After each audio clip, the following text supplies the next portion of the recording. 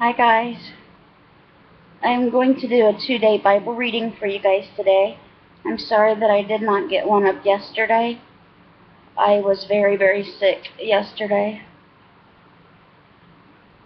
It was a very bad day for me. I thought for sure at one point I was going to die. It was so bad. But I am doing better today. A lot better than yesterday. So I apologize for the long Bible reading, the 2-day Bible reading, because I like to get them up every day for you guys.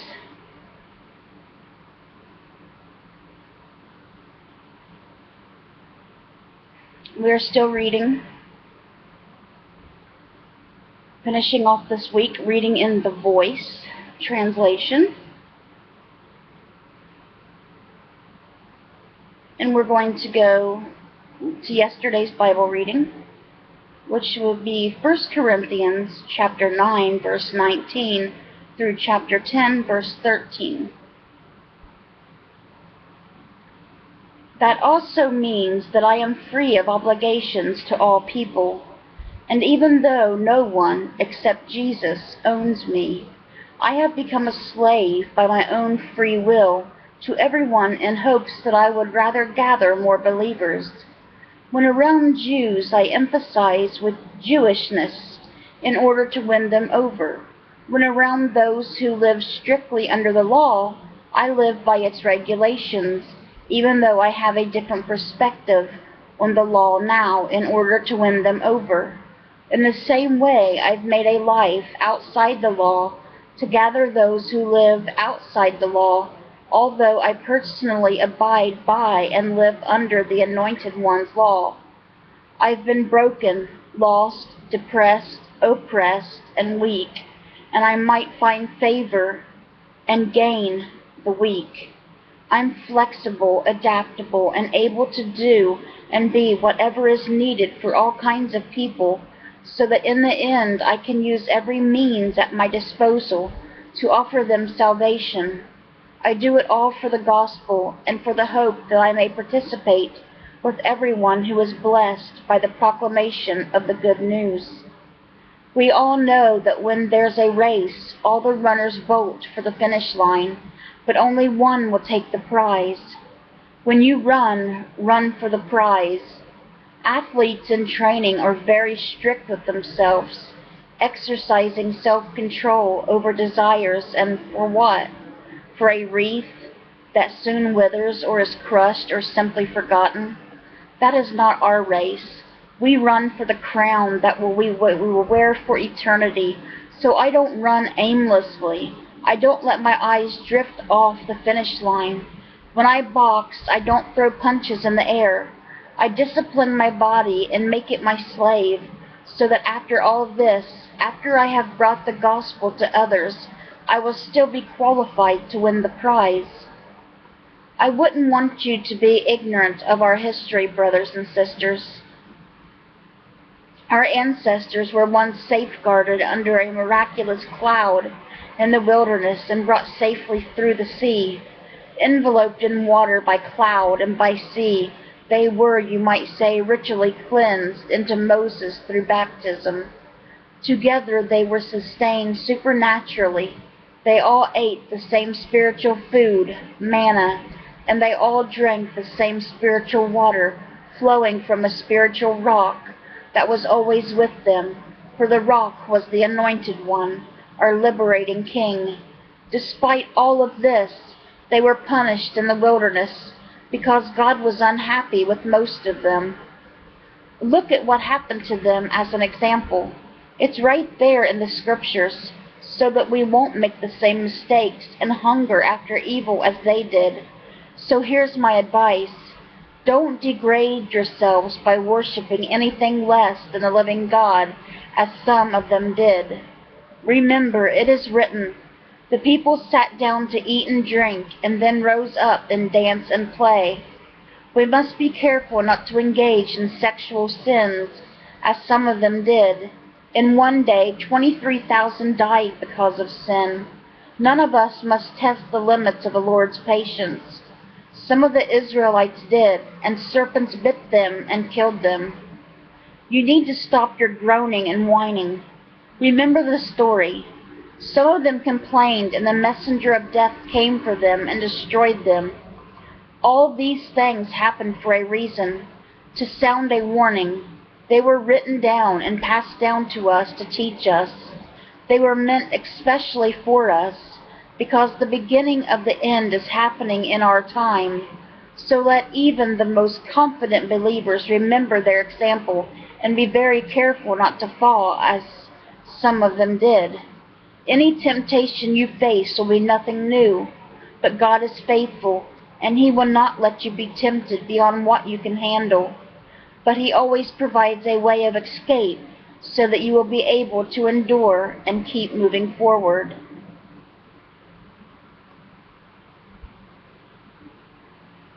And that was 1 Corinthians chapter 9, verse 19 through chapter 10, verse 13. Now we're going to go to yesterday's psalm, which was Psalm chapter 34, verses 1 through 10, a song of David as he pretended to be insane to escape from Amalek.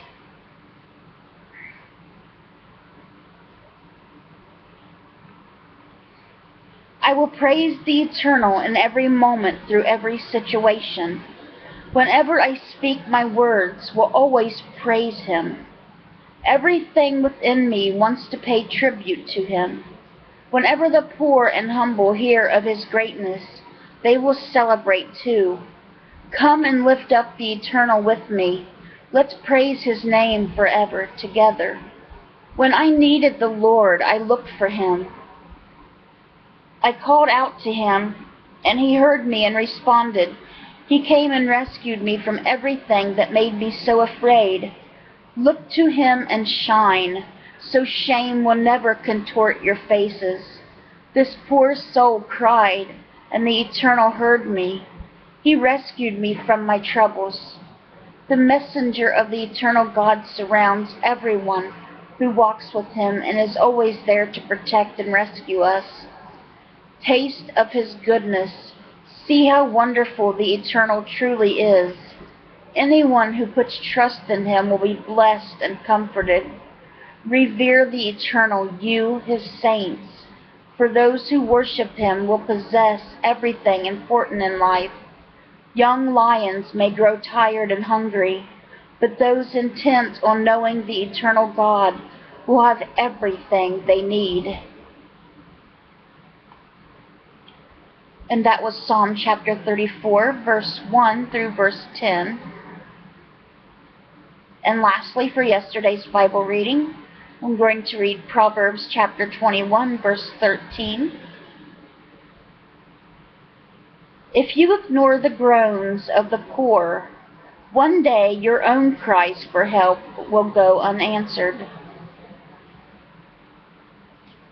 And that was Proverbs chapter 21, verse 13.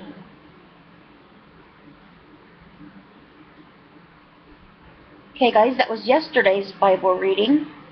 Now I'm going to go to today's Bible reading.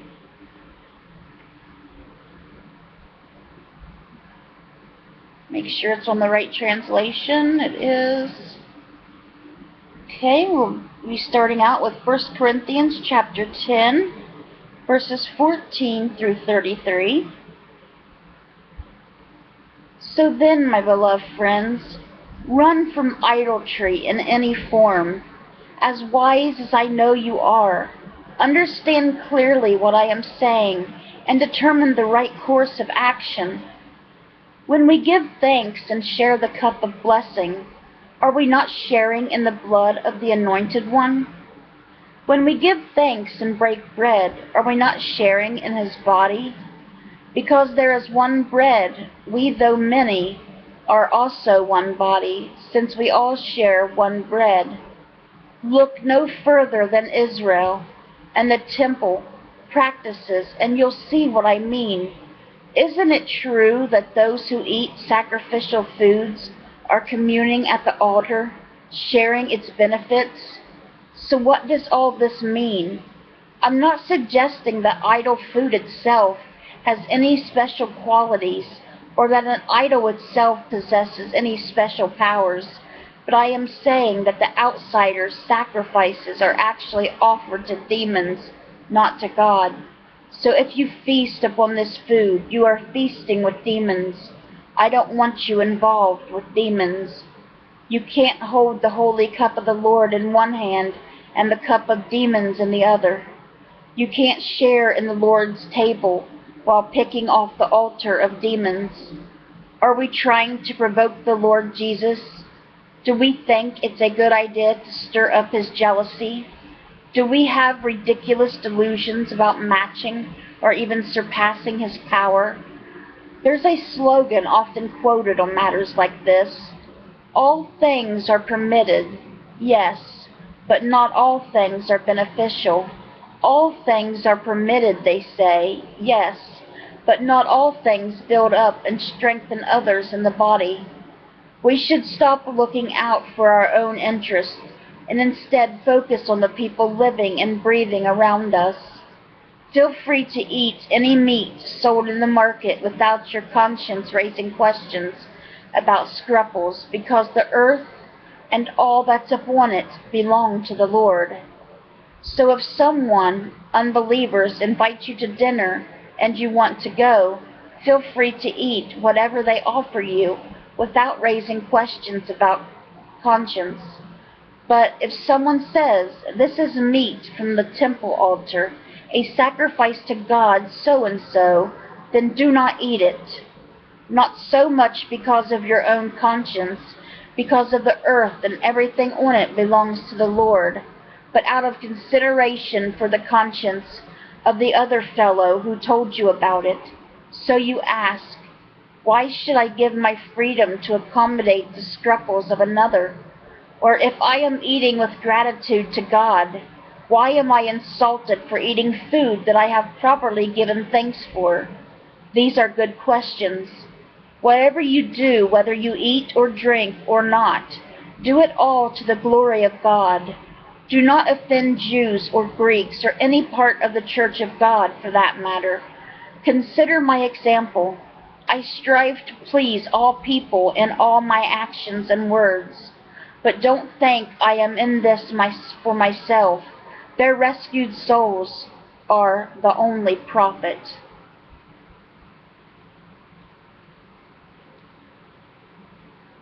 And that was 1 Corinthians chapter 10, verses 14 through 33.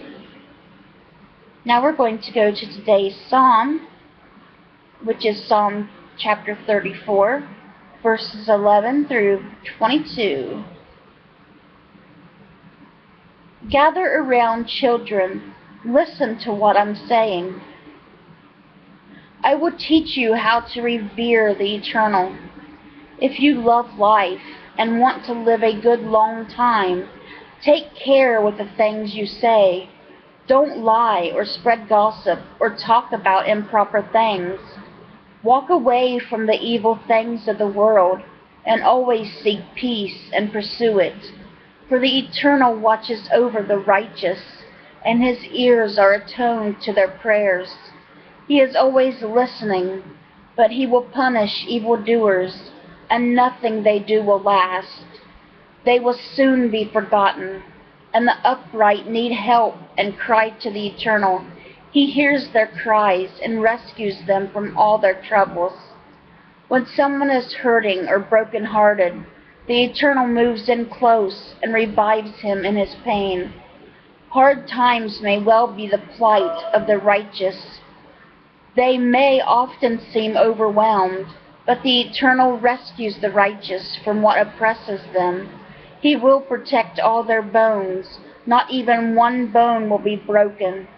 Evil moves in and ultimately murders the wicked. The enemies of the righteous will be condemned. The Eternal will liberate his servants. Those who seek refuge in him will never be condemned. And that was Psalm chapter 34, verses 11 through 22. And lastly, for our Bible reading for today, we're going to read Proverbs chapter 21, verses 14 through 16. A gift given in secret soothes anger, and a present offered privately calms fierce rage. When justice is done, those who are in the right celebration, but those who make trouble are terrified. People who wander from the way of wise living will lie down in the company of corpses. And that was Proverbs chapter 21, verses 14 through 16. Okay, guys, that was today's Bible reading and yesterday's Bible reading, your 2-day Bible reading. I hope it touched your guys' hearts. I hope you guys are having a great Saturday, and I hope you've had a great whole weekend as well. Tomorrow we'll be starting in a new translation, and I will tell you what that is tomorrow when we begin it. And again, I'd like to apologize for not getting the Bible video up yesterday. I kept thinking about it all day, and I wanted to make it so bad, but I was so very sick yesterday. I was having issues with bleeding and just all kinds of things yesterday. It was horrible. Very bad experience. So, anyway, I hope you guys have a great rest of your Saturday. And I love you guys. Let's bring those souls to Jesus. And God willing, I'll see you guys tomorrow with another Bible reading. Bye, guys. God bless.